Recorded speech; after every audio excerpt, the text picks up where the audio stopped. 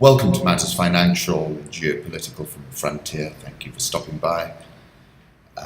Let me start with, I did an interview yesterday with Bonnie Tunya focusing on Kenya, the stock exchange, what I call a bifurcation, and a number of other issues, including Safaricom's record-breaking winning streak as well.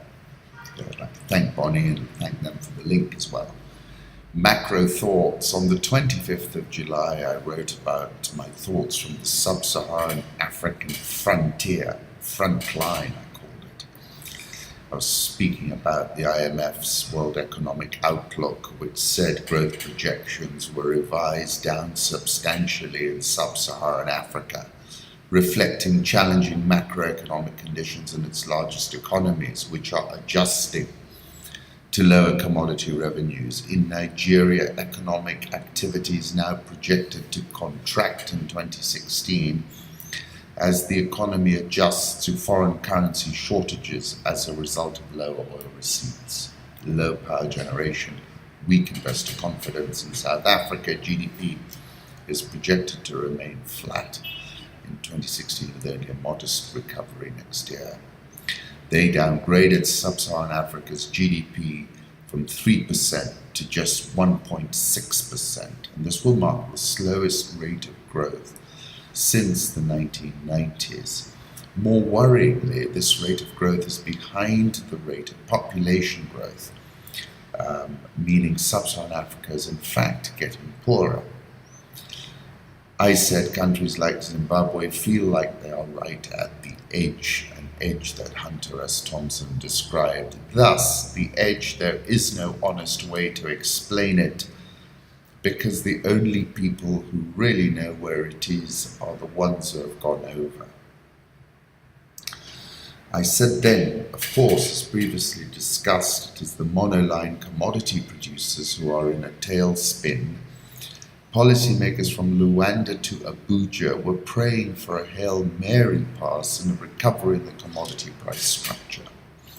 Many folks had the 2008-2009 V-shaped recovery in mind crude oil, which fell from above $100 a barrel in 2014, touched levels below 30 in January, before staging a snapback to about $50 a few weeks ago, is back on the down move.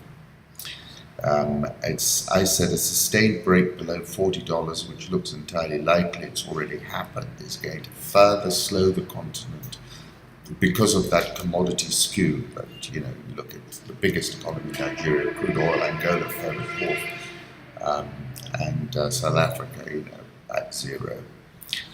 Have a look at this African currency performance over 3 years. You'll see the Kenya shilling has been very strong when you compare it to the rand, to the Tanzanian shilling, and the Zambian kwacha. And there's still a debate about where that resilience comes from. I've got a good idea. In part, I think it's an undercounting of inward remittances by quite a wide margin, because I don't think everyone ticks the boxes, and therefore I think it's substantially undercounted.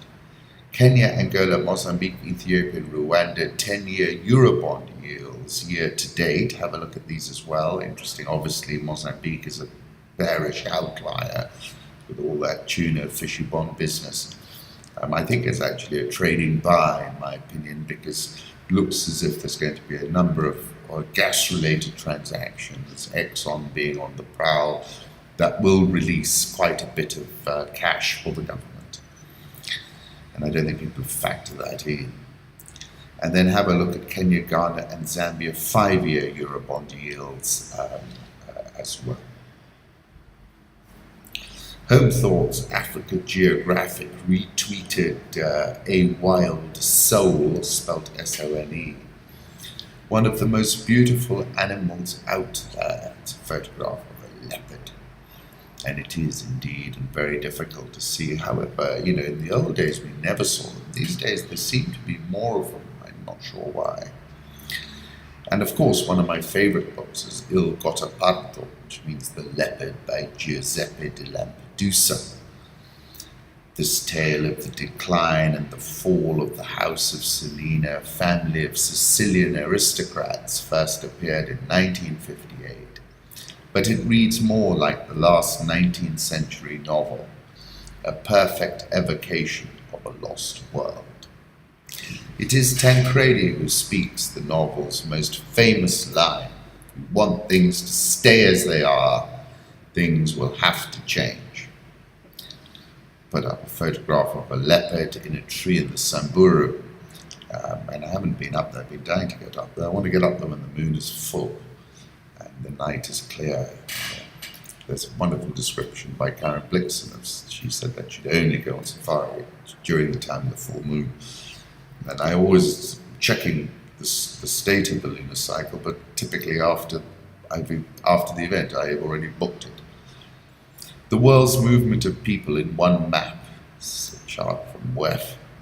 And then Richard Vines, who writes about food in Bloomberg and always gets me feeling hungry. Braised oxtail with pine at 108. And then there is the braised oxtail, 100 kroner, which looks like a donut. There's a cross between asbliskvia, a Danish pastry served with jam at Christmas, and takoyaki, a Japanese snack. The oxtails are braised and then seasoned with shallots, coriander, and lemon thyme. They're glazed with barley, fermented at Noma, and topped with pine needles. You start lightly crunching into them, tasting the forest and sweetness, and then get knocked back with the big umami hit of the savory meat. Pravda tweeted this cartoon, which speaks for itself. It's got a giant boot kicking NATO in the backside. And I thought to myself, pretty indiscreet of that on the Russian side, I suppose. Donald Trump refused to back Paul Ryan and John McCain, threatening Republican civil war. Mr. Trump publicly scorned the Arizona senator last year when he ridiculed Mr. McCain's record as a prisoner of war, saying, "I like people who weren't captured." Playing on that, the Borowitz report in the New Yorker, Trump says he heroically avoided capture in Vietnam by staying in the United States. Revealed a little-known episode of personal heroism from his youth on Saturday, telling an Iowa audience that he narrowly avoided capture in Vietnam by remaining in the United States for the duration of the war. "The Kong were after me," Trump said, visibly stirred by the memory, "and then just in the nick of time, I got my deferment."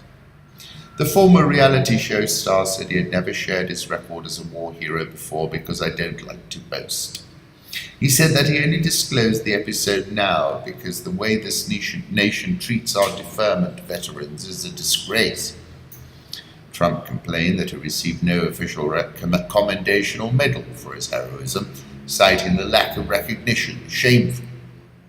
"Those brave Americans who, like me, avoided being captured by not serving at all. We are the true heroes," he said. My view is I think he's got a very big chance, and I think we're existing in a post-Brexit abnormal, where I think we folks haven't understood the alienation, the actual sense of what people are feeling, and I think that's why when I said it's not about the facts, it's about emotion, and people are feeling. Emotionally, that they're worse off, they're feeling unhappy, they're feeling that leadership has not given them anything, and therefore anything is better than the existing leadership. And therefore, unless Trump combusts, and apparently he was, I'll get to it, he was shouting at a baby for crying, unless he combusts, and that could happen, he has a better than 50-50 chance if he's there at the death, as it were. Putin is the real-world version of the person Donald Trump pretends to be on television.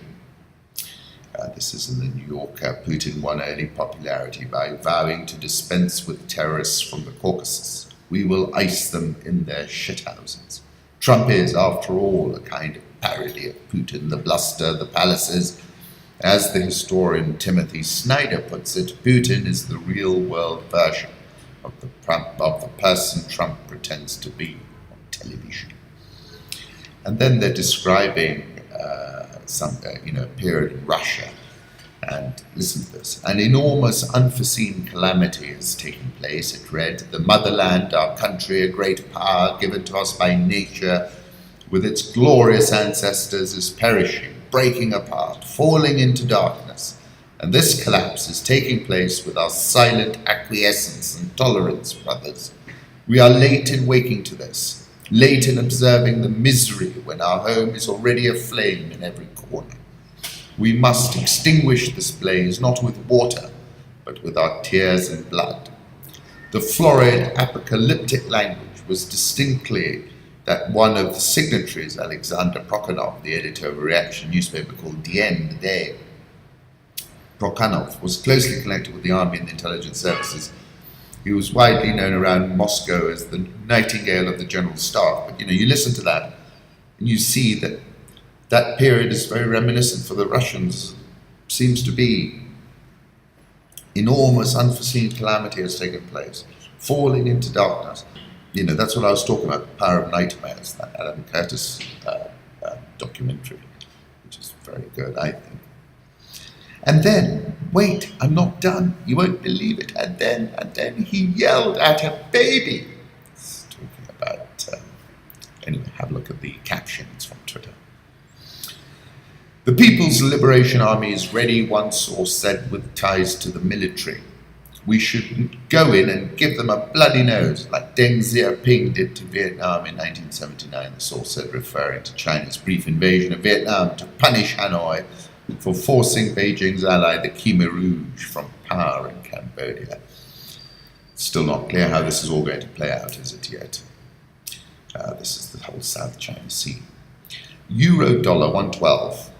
Dollar index 95.25, Japanese yen 101.13, Swissy 0.9660, the pound, where we're all waiting for the Bank of England, the pound 133.26, the Aussie, where they cut rates and we rallied up to 0.7584, Indian rupee 66.865, South Korean won 11.1670, the Rial 325.88, the Egyptian pound 8.88, and the Rand, which got as high as 13.79, is now at 14.03, but the key level for the Rand is around 14.15. Sterling, I'll put up a one-year chart. The point to note is we're 5 figures above the multi-year low of 127.99. You see that on that one-year chart. And I'm not, I think we could possibly get down there once more, but on balance, I think, it's found, on balance, I would think that might well be the low.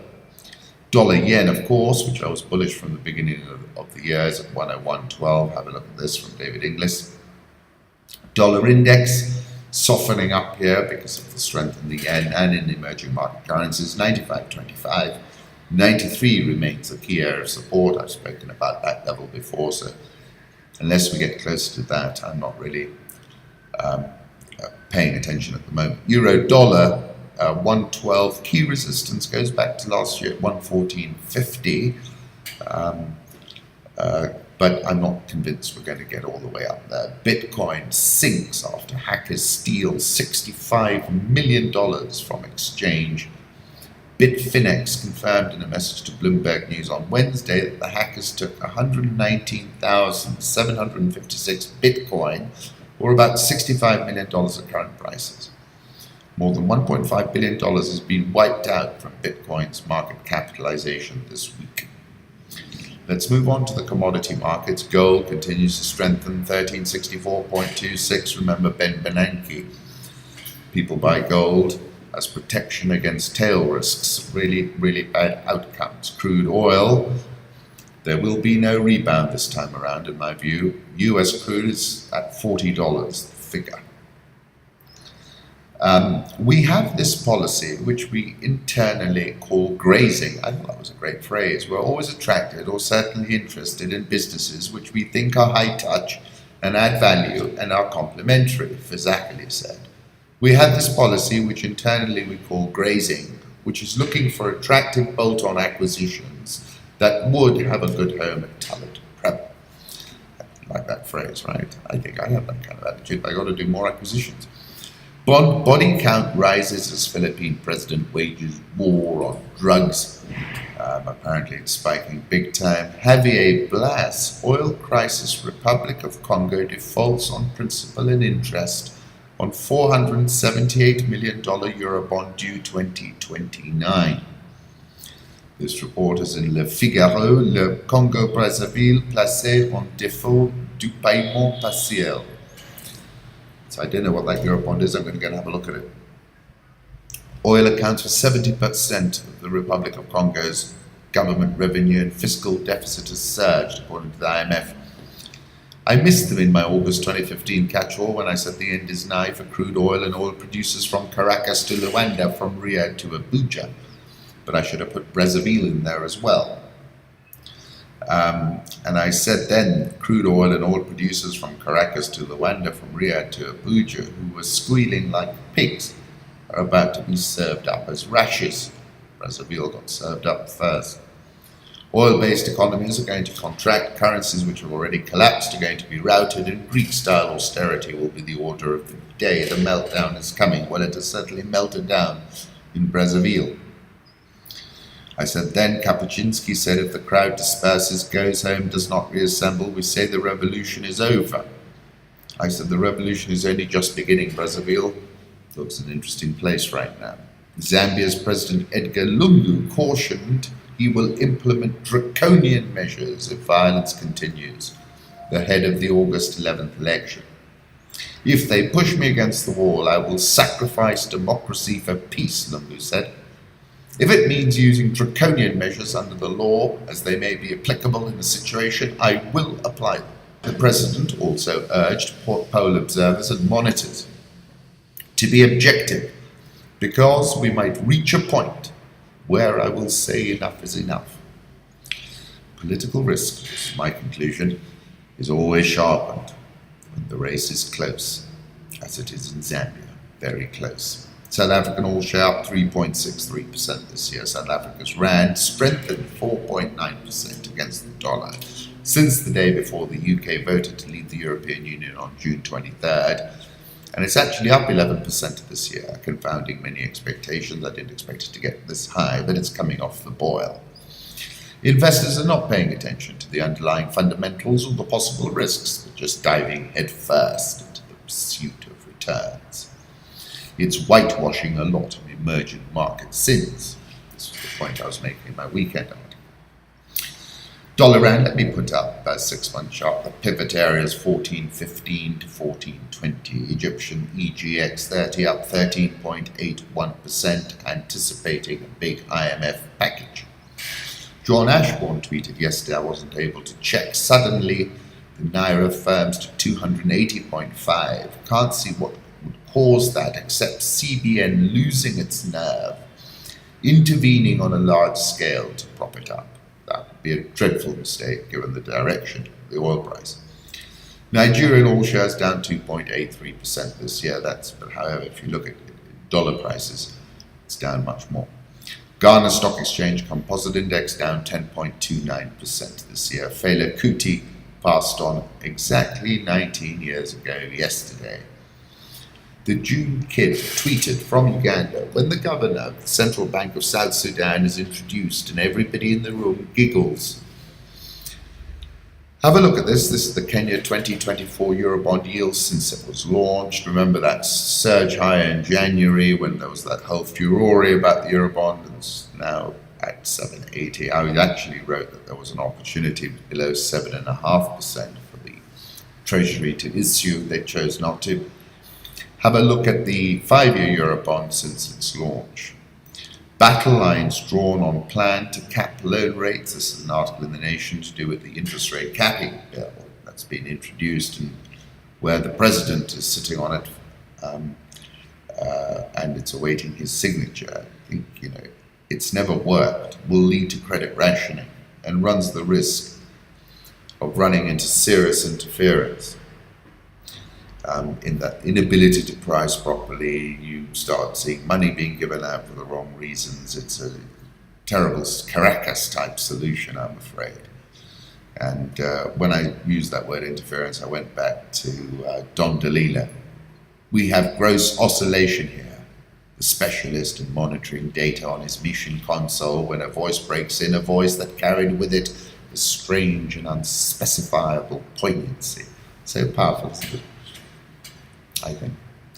He checks in with his flight dynamics and conceptual paradigm officers at Colorado Command, and we ask ourselves, has there ever been a more distinctive exponent of dialogue than Don DeLillo? We have a deviate tomahawk. We copy, there's a voice. We have gross oscillation here. There's some interference. I've gone redundant, but I'm not sure it's helping. We are clearing an ad frame to locate source. Thank you, Colorado. It is probably just selective noise. You are negative red on the step function quad. Sounds something amazing. It was a voice, I told them. We've just received an affirm on selective noise. We will correct Tomahawk. In the meantime, advise you to stay redundant. The voice, in contrast to Colorado's metallic pigeon, is a mélange of repartee, laughter, and song, with the quality of purest, sweetest sadness. Somehow we are picking up signals from radio programs of 40, 50, 60 years ago. He's an extraordinary writer, isn't he? Uber drivers walked out in Nairobi dispute. This is in the FT. 100 Uber drivers in Nairobi walked off the job on Tuesday. They are protesting and demanding that Uber reverse its price cut or reduce its 25% commission. Uber said that only a small percentage of its thousands of drivers in Nairobi were on strike. They did not consult us about this drastic fare reduction, and we feel like it is not fair for us. The strike was organized by the Kenya Taxi Digital Association, whose CEO I met, very articulate. What we see is through lower prices, there is a higher demand for the product. That's Alon Litz, Uber's general manager for Sub-Saharan Africa. Every single driver on the platform was given the opportunity to engage. The prices they are charging now is what we were charging in the late 1980s, said Andrew Mungai, a long-time taxi driver. The meeting caused a 3-hour surge as drivers and attendants switched off their phones. And actually, the Uber office in my building, I moved from where I'd been for many years. I'm in a building just not too far away, and they're here as well. So I sort of heard all the noise outside my window, went downstairs yesterday and took this photograph. Kakuzi has reported a first half loss before tax of 51.604 million. Sales were actually up 4.087%, which makes the loss before income tax of 51.64 million versus a small profit of 3.553 million the previous first half. Earnings per share negative $1.80 versus 12 cents positive last time round. No interim dividend. The strange comment came in the accompanying commentary. To predict financial performance for the year is impossible at this stage, with the irregularities of supply and demand, together with exchange rates to contend with. This is, all these agricultural companies are worth much more than the share price because just of the land value. So, when you look at the operations, fine. And actually, Kakuzi has an interesting mix of products: avocados, tea, macadamia nuts, and other stuff. So I'm confused where the year-on-year retreat is arising from. Revenues were barely changed. I thought that comment was a very strange comment. I attended the Samsung Unpacked #Unpacked2016 event here in Nairobi at the Golden Tulip Hotel, which I've passed but never gone in until yesterday. I'll put up a photograph of it. And I do use a Galaxy Note, and I'm looking forward to the Note 7. And apparently the security is all based on your iris now, so fluttering your eyelashes is the way to open Sesame your phone. I thought that was a lot more useful. And I'll also put up a photograph of the event, which was filmed actually in New York and live streamed to all these other destinations. And there were so many people logging on that it crashed YouTube. But it was really good. Enjoyed it.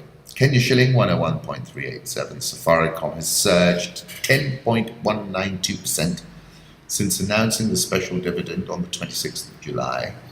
It will surely close at a record again today, which will make it the 7th consecutive record closing high. It's returned 31.53% on a total return basis when you factor in the final dividend and this special dividend. Have a look at my interview with Bob from the time of his full year results. The Nairobi All Share has rebounded to a 5-week high. It was up 1.18% yesterday. It's narrowed this year's full year loss to minus 0.75%. But the important point to note is that's been really all about Safaricom. I talked about this bifurcation at the Nairobi Securities Exchange. According to the dictionary, bifurcate means to divide into two parts or branches, or fork into two parts as the Y-shaped styles of certain flowers. What is clear is that the NSE is bifurcated, and this trend has accelerated. And this was me writing in April 2016, and that bifurcation continues. Nairobi All Share down just 0.75% this year. NSE 20 down 13.9% this year. I attended a breakfast with the French Foreign Minister, and Ambassador Amina Mohammed tweeted saying that France is an important development partner to Kenya, 6th largest foreign investor with over 70 French companies.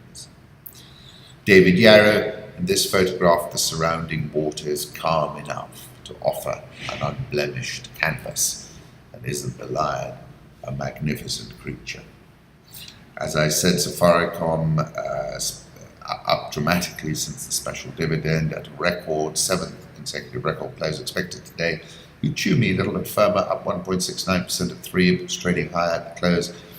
KCB unchanged, 32. We'll report first half earnings tomorrow morning at the Hilton. I expect the earnings release to beat street estimates by a wide margin, and it's currently trading on a trading P of 5.25. Share price oversold, and I think Thursday will be a catalyst for a price rebound of up to 10%. Deacon's East Africa listed via an introduction yesterday.